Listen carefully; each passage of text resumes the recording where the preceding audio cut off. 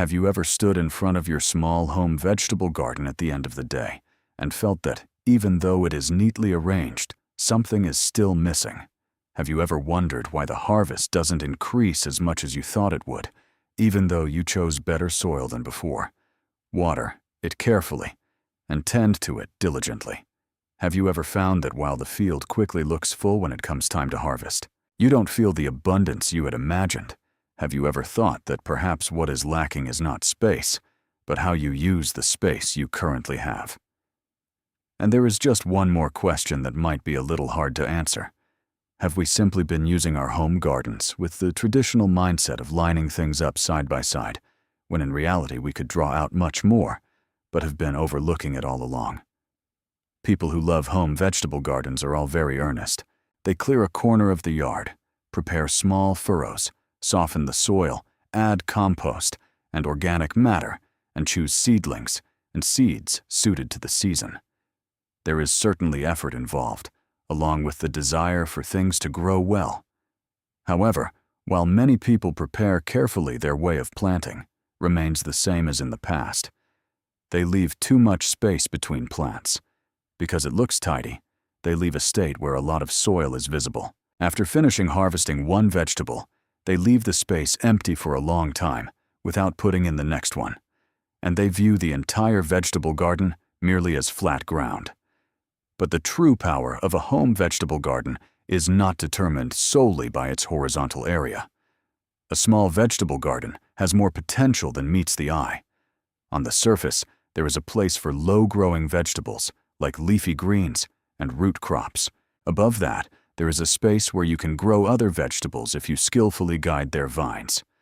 Below, there is a layer of soil for roots to spread out firmly. Furthermore, there is another important space that many people tend to forget. That is time. It is the idea that once one vegetable is finished, you can start the next one in that same spot. Once you can adopt this perspective, you stop thinking only about how many plants can be planted in a single furrow. Instead, you begin to think about how to make the same space work longer and more skillfully. Here lies the difference between an ordinary vegetable garden and a highly productive one. The difference in harvest yield does not always come from a difference in size. It changes greatly depending on how well the existing soil is utilized. If the soil is deep, soft, and rich in organic matter, the roots will extend further down. If people do not step on the furrows, the soil is less likely to become compacted. If you use the space above another level of cultivation, space is created within the same area. If you skillfully connect the flow of the seasons, you can layer harvests many times within a year, even in a small home vegetable garden. That is not a special miracle. It is the result of slightly changing how you view the vegetable garden. When you calmly review things, you realize there is still a lot of room for improvement left in the planting methods you had previously taken for granted. Many people tend to think that if they want to harvest more, they need a larger space.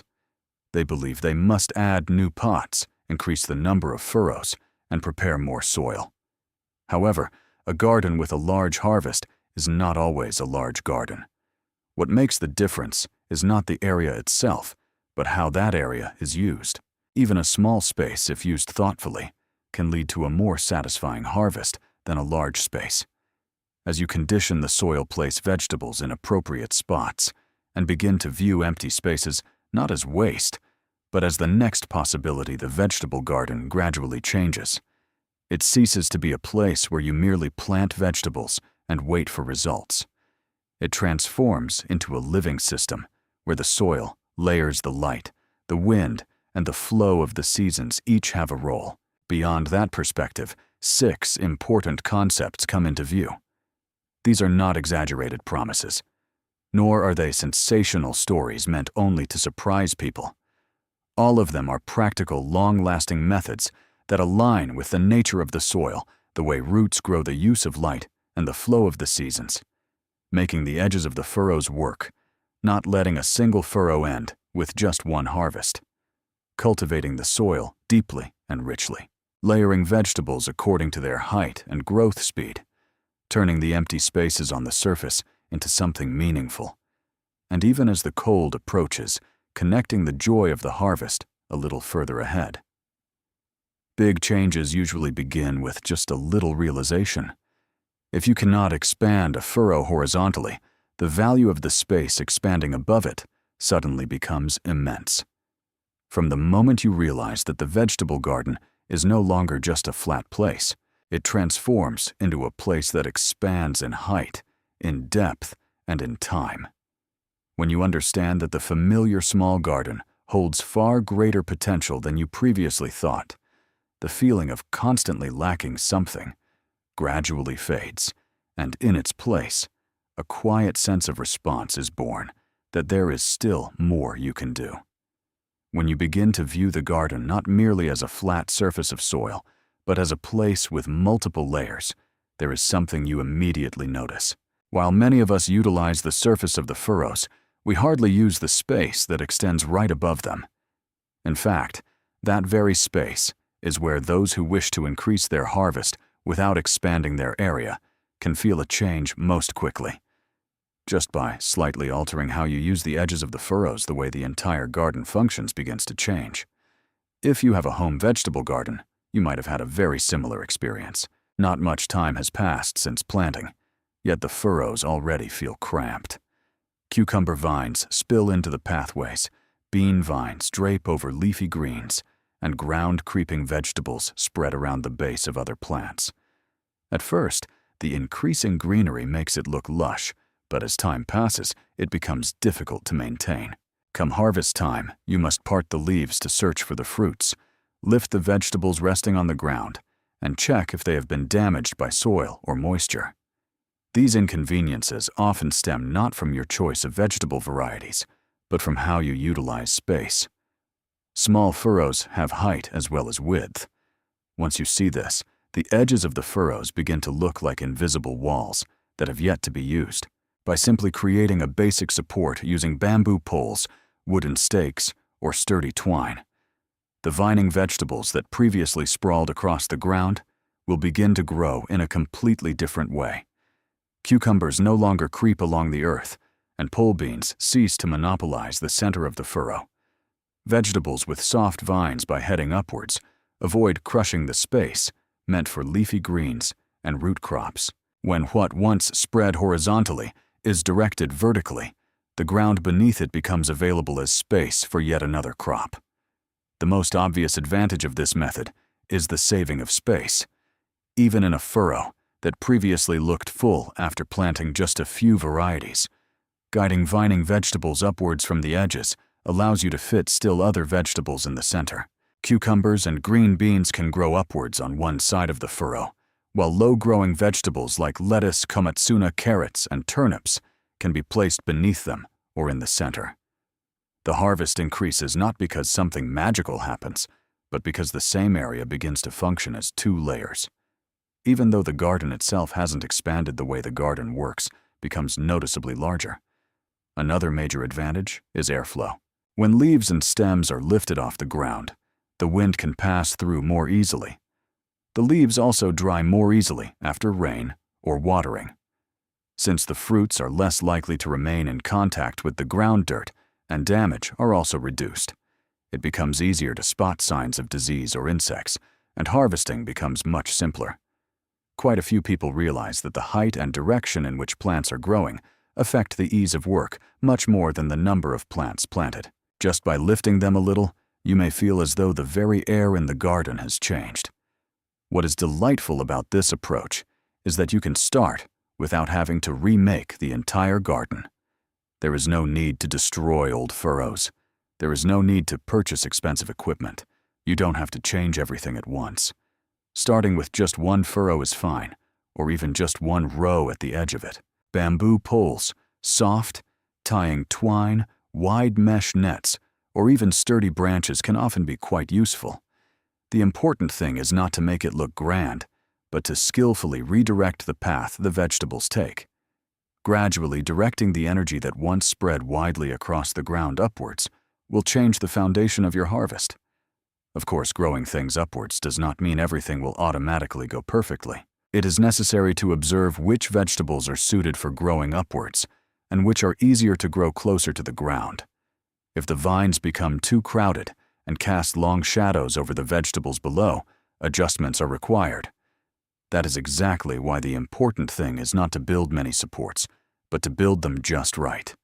To use just the right amount, at just the right height in just the right places. Once you understand that balance, the edges of the furrows stop being mere boundaries and become the gateway to expanding your garden upwards. Moreover, rather than making the appearance feel cramped, this change actually makes the garden look more organized. In this way, as the space above begins to work, how you view the garden will change even further. You come to realize that the value of a space is not determined solely by its length and width. You begin to feel that the upward-reaching energy is also a part of the area. And once you can utilize height, another question naturally arises. The question of whether you might also be able to change how you use time while keeping the space the same. A single furrow might not be a place to grow something just once and be done with it. If the same place fulfills its role over and over again, within the flow of the seasons, the potential of the garden expands even more greatly. As the space above the furrows gradually becomes usable, another important aspect of the garden comes into view. The true limit is not determined solely by the size of the area. It changes significantly based on how time is used. There are fields that, despite having a large area, work for only a very short time during the year. Conversely, there are furrows in very small home vegetable gardens that seamlessly transition to their next role in accordance with the flow of the seasons without resting. The difference lies not in special techniques, but in how one views the empty space after a harvest. Whether you feel that is the end or believe there is still a continuation greatly changes the abundance of the garden. Many people quite naturally plant one thing, harvest one thing, and consider that a stopping point. That method is easy to understand, effortless, and reassuring, even for beginners. However, if you want to make better use of a small space, there are many easily overlooked margins within that gentle way of demarcating things. A furrow from which one vegetable has been harvested often still retains its softness, and both moisture and nutrients remain to some extent. Moreover, depending on the season, the blessings of light and temperature may continue for many weeks ahead. If you let that time pass, by empty what you lose is not just a few vegetable plants. It is the flow of a single season itself that could have been connected to yet another harvest. The more experienced a person is, the less they view the seasons as a single straight line. To them, there is a place where endings and beginnings quietly overlap. When the lettuce or radishes grown in early spring finish their role, that space is not merely a place to rest. You can put in beans that grow in warm periods or vegetables that move in a short time. When the momentum of summer begins to settle down, spinach, leafy greens, and autumn-oriented vegetables that prefer cool air will connect there next. The furrow ceases to be a place that produces abundance just once and becomes a place that works multiple times throughout the seasons, smoothly passing the baton. The end of a previous vegetable is not a loss, but a beautiful signal to yield the seat to the next vegetable. The beauty of this continuous method of growing is not simply an increase in harvest yield. The very atmosphere of the garden changes. The time spent looking at soil that has been left empty for a long time decreases, and a feeling is born that something is always moving toward the next stage. In the space where lettuce stood until yesterday, a different seedling enters today, and a few weeks later, a different kind of green rises up. Once you experience that flow, you come to realize that time, too, is a resource just as important as soil. Just having good soil or being good at watering is not enough.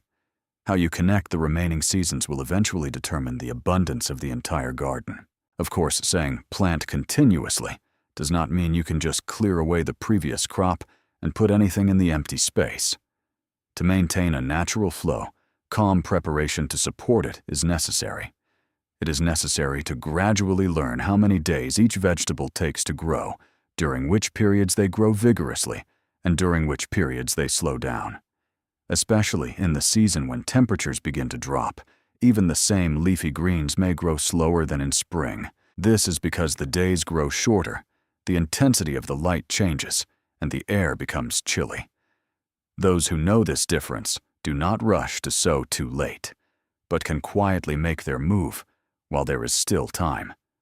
Sowing seeds a little early, choosing varieties that mature in a short time, knowing which vegetables can fit even in small empty spaces. Each of these understandings supports a continuous harvest. What is very useful here is keeping modest records. You don't need to make an exaggerated chart. Just remembering what was planted in which furrow when the harvest ends, and roughly how many weeks of leeway there will be afterward, changes the way you see the garden. In the beginning, you might be unsure of what to put in. However, as you go through the seasons once or twice, the habits of your own garden become visible. This spot starts early in the spring. Autumn leafy greens grow well in this furrow. This place does better if left empty for only a few days before the next planting. Such senses cannot be acquired merely by being taught by someone else.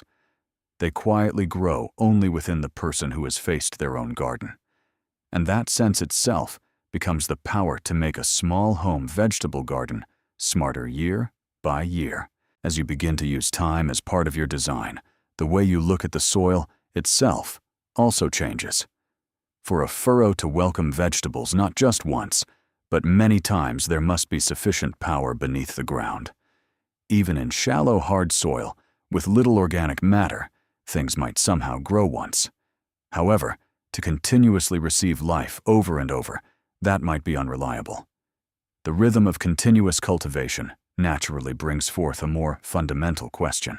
The question of what foundation is truly necessary for the furrow to continue working across the seasons. The answer is always right beneath your feet. How deep the roots can penetrate, how much deep and soft soil supports them, that is where the future strength of the garden is quietly decided. As you begin to grow things while connecting the flow of time in the garden, the way you view the soil also changes. If it is a furrow that ends after just one harvest, it might somehow take shape, as long as the surface soil is reasonably prepared.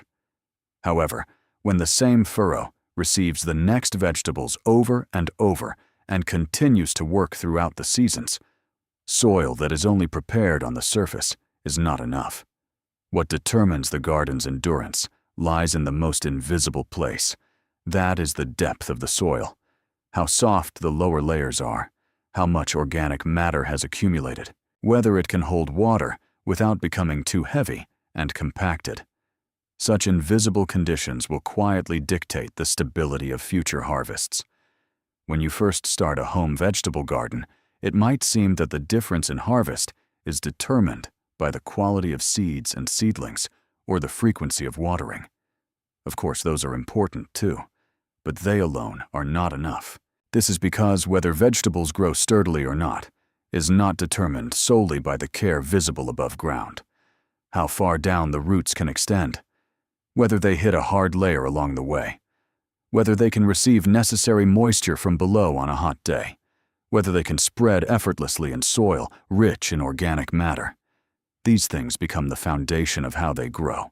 If the soil beneath remains shallow, hard, and prone to drying out no matter how carefully you tend it from above, the vegetable's strength will easily stall at some point.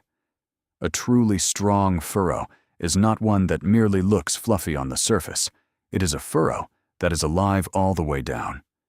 If the soil has depth, the roots won't have to compete excessively near the surface. If there is abundant organic matter, moisture fluctuations become gentler, making it less likely for plants to suddenly struggle, even on days with continuous sunshine. By people not stepping on top, it becomes easier for air and water to move between the soil particles. When that happens, vegetables don't just grow faster. A sense of calmness appears in their way of growing. Precisely because of that calmness, people can start thinking about planting at slightly closer intervals or continuously using the same furrow. To skillfully use the surface area, the world below must first be in order. One common misconception is the feeling that adding fertilizer to the surface will solve soil problems at the same time. Nutrients are important, of course. However, the soil is not just a place to put nutrition. It is like the foundation of a house. If the foundation is weak, no matter how beautiful the things you stack on top are, it won't be able to support them for long. Soil is the same. It is not over just because you added compost once. It is important to gradually cultivate a deep, rich, and soft layer. Well-aged compost, organic materials, fallen leaves, and mulch to protect the surface will help with that. Not digging it up too forcefully and not stepping on the furrows hold just as much significance. Even if you don't see dramatic changes immediately, the soil will surely respond as the seasons pile up. As soil building progresses, the things that felt difficult before gradually become natural. Vegetables like tomatoes that want to spread their roots firmly will no longer suffer in just the thin layer near the surface. Leafy greens become less easily swayed by a tendency to dry out, making it easier to maintain a tender state. Even in a furrow after one harvest, the next vegetables to enter can calmly spread their roots with ease. The difference is not only in the harvest yield. The work itself also changes. The soil becomes less prone to hardening, the effectiveness of watering improves, and weeding becomes a little easier. Even when the weather changes, vegetables are less likely to suddenly weaken. As these small changes accumulate, the garden gradually grows from a place supported solely by human hands into a place that can embrace vegetables with its own strength. The more experienced a person is, the less they view the soil as a mere background. There are movements like those of a living creature, a power to recover and a power to support. That is exactly why they do not force themselves to plant a lot when the soil is not ready. If they want to grow more, they first check if the soil is in a condition to support it. If they want to tighten the plant spacing a little, they first prepare a space for the roots to escape downward. If they want to make the same furrow work multiple times, they cultivate soil that won't become completely exhausted each time. When you come to think this way, soil care is no longer a postponed task, but becomes the center of the garden, because every contrivance and every harvest ultimately begins from there. As the foundation is set in order, the way you view the surface of the furrow also changes again. You become able to calmly reconsider whether the wide intervals you previously left for safety are truly that necessary.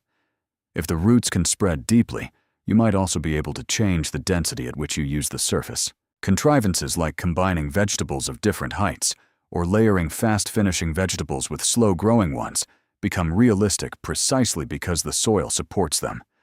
As the soil below grows, the freedom of arrangement above is born, and the places that previously just looked empty begin to gradually look like meaningful places to be. It is there that the next contrivance of how to utilize the margins remaining on the surface of the furrow finally begins to hold its true meaning. As the soil becomes deeper, softer, and capable of firmly supporting roots, the way you view the empty spaces on the surface of the furrow also changes.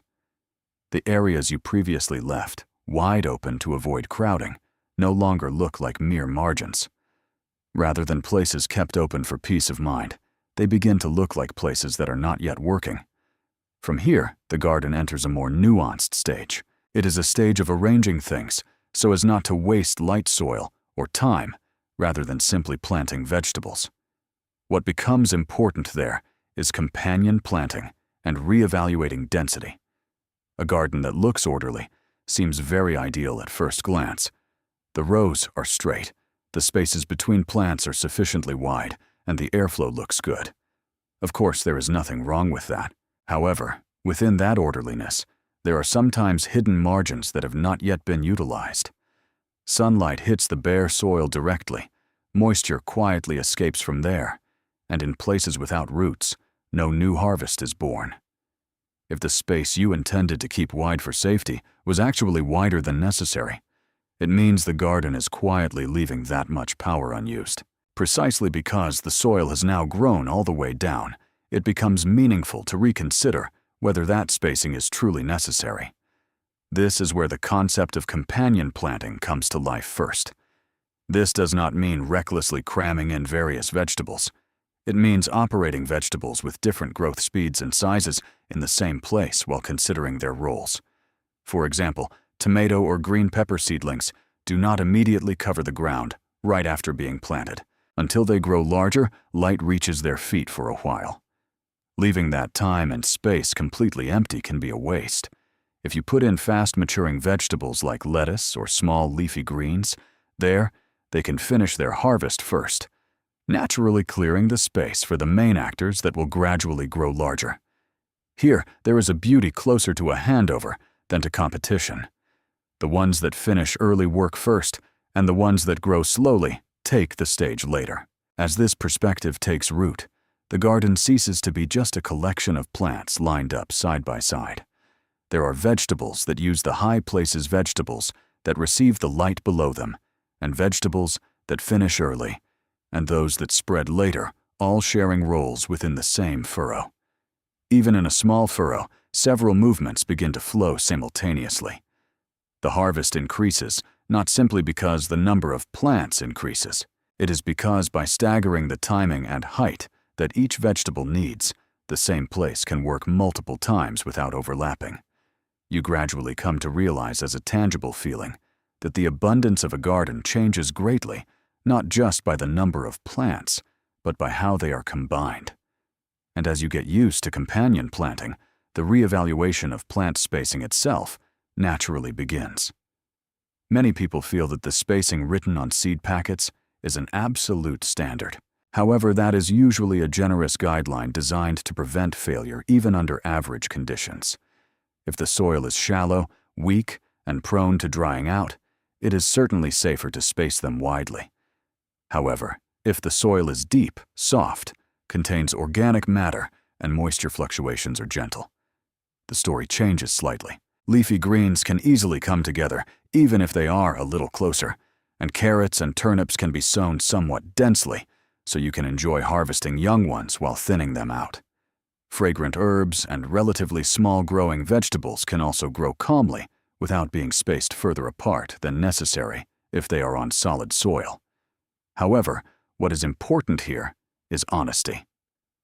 Dense planting is not a magic trick to save weak soil. If the soil cannot support them, the vegetables will become thin, weak, and easily stifled, and the harvest will actually drop.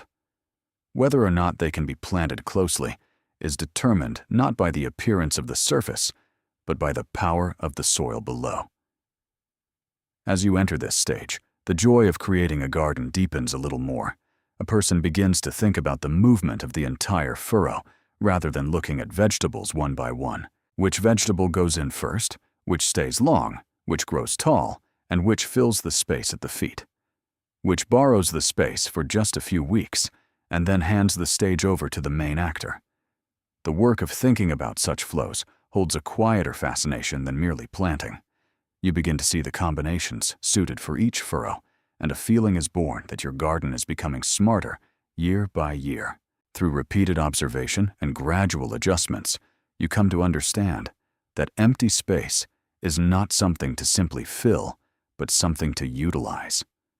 As the empty spaces on the surface decrease, a change also appears in the soil of the furrow itself. As the exposed areas are reduced, it becomes less likely to be suddenly dried out by the sunlight, and the room for weeds to enter also slightly decreases.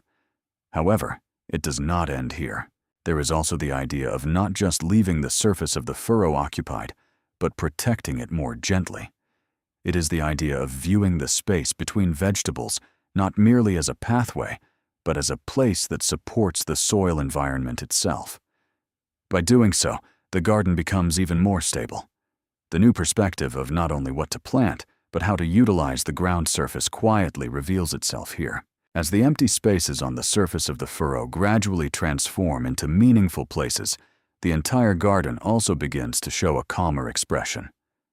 Reaching this stage, one is no longer simply thinking about what to plant, where. A deeper question is quietly born: how to not just avoid leaving the soil surface empty, but how to protect it more gently. How to make the garden capable of stably handling hot days, dry days, and the turning of the seasons, rather than just temporarily increasing the harvest. What becomes important here is the concept of a living cover and the contrivance to connect the season a little further ahead. Neither is flashy. Rather than a change that immediately catches the eye, It is a contrivance, like regulating the breathing of the garden. However, that gentle accumulation gradually deepens the garden's strength. Many people feel it is easier to manage when the soil surface is visible. This is because it feels safer to see exactly where each plant is and how much space is left between them. Certainly, there is something natural about that feeling. However, looking from nature's side, bare ground is not necessarily ideal. If hit by strong sunlight, it quickly retains heat, and moisture is rapidly lost. After rain, the surface easily changes, and when it dries, it can look hard. Moreover, empty spaces are easy places for weeds to enter. As these things become visible, the empty spaces between the furrows and around the base of the plants seem not just like margins, but important places that influence the condition of the soil. That is where the idea of using something that spreads low and gently to protect the surface is born. A living cover does not exist to become the main actor. It is a supporting actor to prepare the ground where the main vegetable grows. It softens the sunlight that directly hits the ground, suppresses the rapid evaporation of moisture, and makes surface temperature changes a little gentler. Depending on the place, the expression of the soil itself becomes softer, and the entire garden begins to look a little calmer. However, caution is very important here. A living cover is not an ally anytime and anywhere. If it spreads too much, while the main crop is still in its young stage, they may compete for light and water. If the place lacks soil capacity, it can rather become a burden. That is precisely why it is more natural to consider this, not as an all-powerful answer, but as a nuanced contrivance used while observing the situation. If used skillfully, it helps. If a mistake is made, it becomes a quiet competitor. The calmness to accept both possibilities is required. Even so, when used appropriately, the expression of the garden possesses a unique sense of security. The soil surface looks softer than when left bare, and even on days with intense heat, the way it dries out is somewhat gentler. The air at the base of the plants also settles, and the entire garden feels slightly protected. Here, a person begins to realize that they are not just growing vegetables, but preparing the very environment in which the vegetables grow. It is an attitude of creating conditions where problems are unlikely to occur beforehand, rather than dealing with problems after they arise. Even if the difference is not immediately visible, it grows larger as the seasons accumulate. As the sense of protecting the soil surface develops, another idea naturally approaches. It is the realization that if you can protect it from the heat, you might also be able to lend a hand during the time when the cold approaches. What emerges here is a very simple mechanism for extending the season. Even without a large greenhouse or special equipment, just having a low frame, a transparent cover, or a contrivance to soften the wind slightly changes the air of the garden. Just by making it harder for the faint heat accumulated during the day to escape, and slightly softening the night's chill, leafy greens and relatively cold hardy vegetables can continue to grow for a while longer. The ability to connect the greenery just a little further ahead during the period when many people feel it is already over holds a meaning beyond mere numbers. The value of extending the season is not just about increasing the harvest by a few times. It is the joy that the garden's time continues for just a little longer. Even when the morning air turns cold, seeing the leaves still remaining fresh makes a person feel that the connection between the garden and themselves has not been broken. Even as tidying up begins around you, and the atmosphere that this year's fieldwork is over begins to flow, the movement of small lives still remains in your own garden. That quiet scene is not flashy, but it provides a very deep satisfaction. At such moments, the garden reminds us once again that it is a place for harvesting, but at the same time, a place to accompany the changing of the seasons. Looking back at the 6 concepts accumulated so far, it becomes very clear that a high-yield garden is not a large garden. Starting from using the edges of the furrows upwards, making a single furrow work many times within the seasons, cultivating the depth of the soil, combining vegetables by height and time, not wasting empty spaces, giving a role to the surface itself, and further extending the end of the season a little further ahead. Each of these is by no means flashy. However, When layered together, the garden reliably changes. It transforms into a garden that values the soil, values time, and values the flow of the vegetables' lives. And at the same time, it becomes a garden that does not waste your own effort and feelings. A small home vegetable garden is no longer a symbol of insufficiency. If you change your perspective, it is a place that can become sufficiently abundant. Even if the area does not suddenly expand as its use deepens, height is born, time connects, and the soil stabilizes. The garden shows a completely different expression. The dissatisfaction felt at the beginning gradually fades, and in its place remains a quiet confidence that you can nurture the current space this far. That confidence is slowly passed on to the next season and the next furrow. In doing so, the garden becomes a little smarter every year and a little warmer place every year.